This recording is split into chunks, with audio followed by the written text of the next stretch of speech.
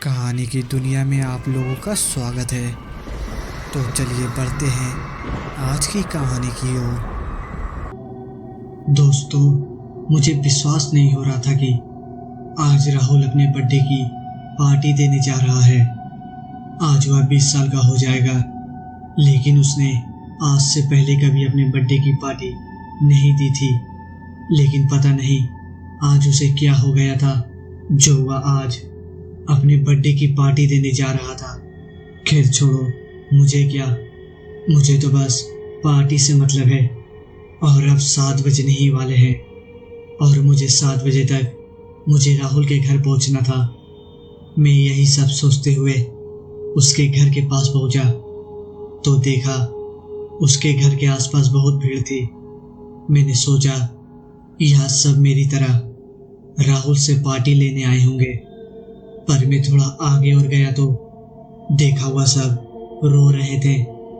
मुझे यह देखकर बड़ा ही अजीब लग रहा था, क्योंकि सबको खुश होना चाहिए था, पर सब रो रहे थे। तभी मैं वहां खड़े खड़े एक लड़के से पूछा, अरे भाई, यह सब रो क्यों रहे हैं?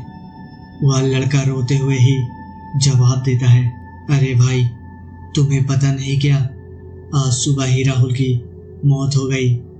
आज ही बेचारे का जन्मदिन था और देखो आज के दिन ही उसके दोस्तों ने उसका कत्ल कर दिया। मैं उससे बड़े ही हैरानी के साथ बोला, भाई क्या बोल रहा है तू? मैं अभी 1 घंटे पहले ही राहुल से मिला था, तब तो वह बिल्कुल ठीक था और वह आज अपने बर्थडे की पार्टी भी देने वाला था। मेरी सारी बात सुनकर वह लड़का इस बार थोड़ा गुस्सा करते हुए बोला, कैसी बात कर रहे हो भाई तुम? तुम्हें मैंने अभी ही बताया कि राहुल को सुबह ही उसके दोस्त ने मार दिया, और वैसे भी राहुल ने आज तक किसी को भी अपने बर्थडे की पार्टी नहीं दी थी। यह तो सभी जानते हैं राहुल कितना कंजूस लड़का था। मुझे तो लग रहा है तुम नशे में हो। इतना बोलकर वह लड़का वहां से चला गया और मैं भी वहां से जाने लगा ही था। तभी मेरी नजर बिक्की पर पड़ी। बिक्की थोड़ा डरा हुआ और परेशान सा लग रहा था।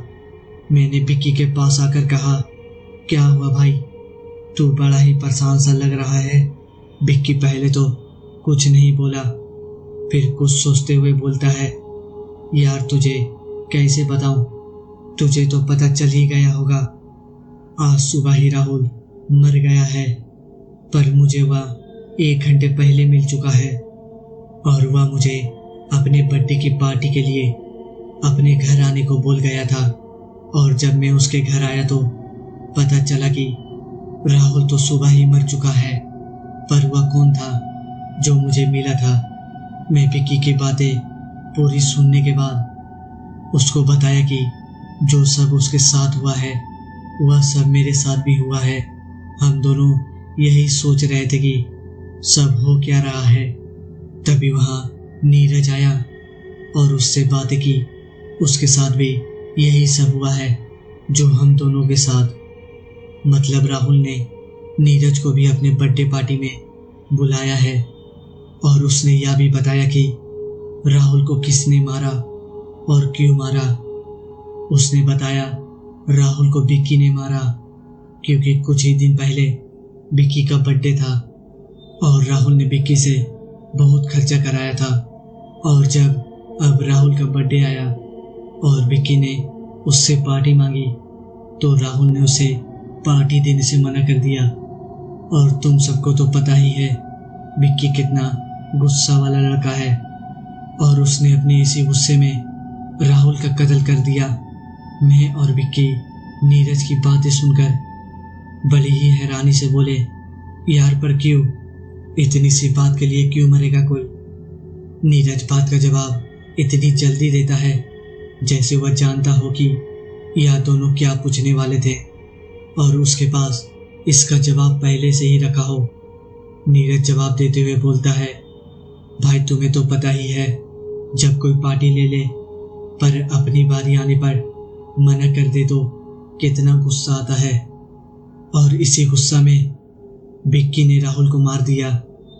हम तीनों बात ही कर रहे थे, तभी हमारे पीछे से एक आवाज आई, अरे तुम तीनों यहाँ खड़े खड़े क्या कर रहे हो? जिस ओर से आवाज आई उसे ही दिशा की ओर जैसे ही हमने देखा तो एक पल तो ऐसा लगा जैसे हमारे शरीर में एक साथ लाखों चींटी छोड़ दी हो। हमने देखा हमारे सामने राहुल खड़ा था और बोल रहा था, मैं कब से तुम लोगों का इंतजार कर रहा हूँ। इतना ही बोलकर वह हम तीनों को अपने साथ आने को कहा और हम तीनों भी ना चाहते हुए भी उसके साथ जाने लगे थे। वह हम तीनों को विक्की के घर लेकर गया, जहां विक्की का कटा हुआ सर एक केक के जैसा सजा हुआ था। उसमें कैंडल की जगह विवेक की कटी हुई उंगली लगी थी और 3-4 गिलास में खून भरा रखा था। शायद वह विवेक का ही खून था। यह देखकर हम तीनों के दिल की धड़कन अपनी दुगनी रफ्तार पर हो गई। हमें कुछ समझ नहीं आ रहा था कि हम यहाँ से कैसे निकले। और तभी ही राहुल ने देखते ही देखते विवेक के सर को एक केक के जैसे काट दिया। कभी कभी कुछ ऐसी घटना हो जाती है जिस पर विश्वास कर पाना मुश्किल हो जाता है। कुछ ऐसे ही हम तीनों के साथ उस दिन हुआ था।